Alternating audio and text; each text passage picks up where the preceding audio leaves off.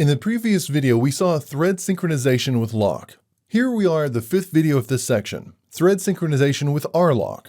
In this video, we'll introduce a class with methods add and remove.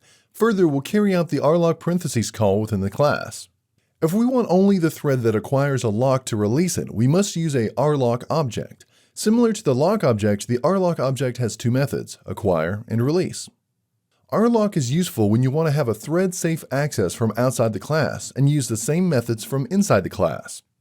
In the sample code shown here, we have introduced the box class, which has the methods add and remove respectively, that provide us access to the execute method so that we can perform the action of adding or deleting an item, respectively. Access to the execute method is regulated by rlock function. In the main program, we repeated what was written in the example shown earlier. The two threads T1 and T2 are with the associated functions adder and remover.